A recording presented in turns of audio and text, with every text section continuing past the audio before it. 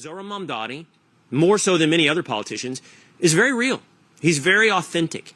And he may be hiding the ball a little bit about his radicalism. He may be more of a communist than a Democrat socialist. But it says something to me, the way he has put himself out there, what he has offered up, what he has said about himself, and the way that he has been embraced by New York. I don't know that he's been embraced by a lot of New York. To be completely honest, I think New Yorkers are really upset that they don't have a better slate of candidates, because a lot of people that I talk to, I live in New York City, a lot of people I talk to, they're not excited about him.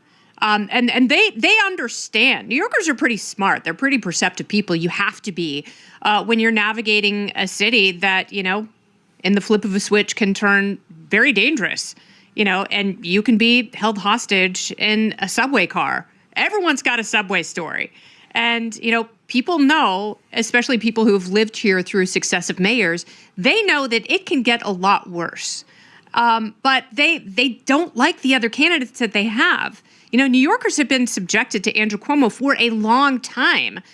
They don't see his stint as governor as being particularly successful, especially after COVID. You know, everyone in New York knows someone who died because of COVID, and a lot of people know someone who died in a nursing home because of Cuomo's policies that he was very unapologetic for. And, you know, what they don't appreciate is someone who comes into a race and just assumes that it's going to be a coronation and doesn't work for it.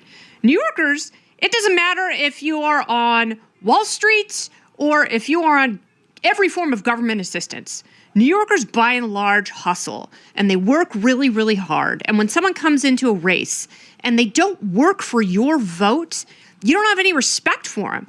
So, and, you know, they look at Mamdani and they don't like his ideas. They don't like the idea of higher taxation. Of course, everyone is in love with the idea of affordability, but that doesn't happen under socialism.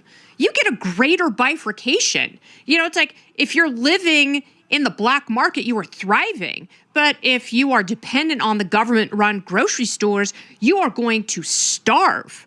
So, you know, they look at the guy and they're like, well, at least he's traversing all 5 boroughs, you know, with that goofy smile and those dimples, and he is authentic. Jeffrey Dahmer was authentic. Brian Kohlberger, authentic. You know, it's like authentic can still mean terrifying. And just because he's a principled person doesn't mean that his principles are good.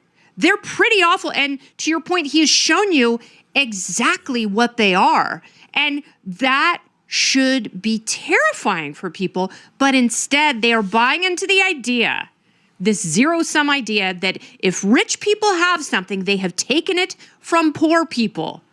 You know, basic economics. Adam Smith disproved that centuries ago.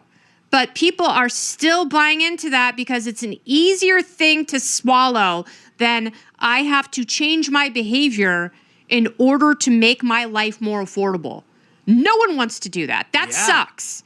But for a lot of people, if you are building wealth, that is the reality.